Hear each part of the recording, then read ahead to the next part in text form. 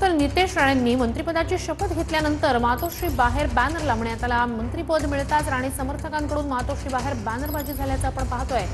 हिंदू गब्बर अशा आशयाचा बॅनर राणे समर्थकांकडून मातोश्री बाहेर लावण्यात आलाय। महायुती सरकारचा आज मंत्रिमंडळ विस्तार झाला आणि भाजपचे नेते नितेश राणे यांनी देखील मंत्रिपदाची शपथ घेतलेली आहे। मात्र मंत्री बनताच त्यांच्या कार्यकर्त्यांनी मातोश्रीच्या प्रांगणामध्ये बॅनरबाजी जी आहे ती केल्याचं पाहायला मिळतं आहे। आपण पाहतो की मातोश्रीपासून अगदी काही मिनिटांच्या अंतरावरती नितेश राणे यांचा मंत्रिपदी निवड झाल्यानंतर अभिनंदन करणारा हा बॅनर जो आहे तो मातोश्रीच्या कलानगर चौकामध्ये लागलेला आहे आणि हिंदू धर्म रक्षक अशा पदचा आशय त्याची उपमा जी आहे ती या बॅनरवरती पाहायला मिळते आहे। त्याचबरोबर हिंदू गब्बर असं देखील यामध्ये लिहिलेलं आहे।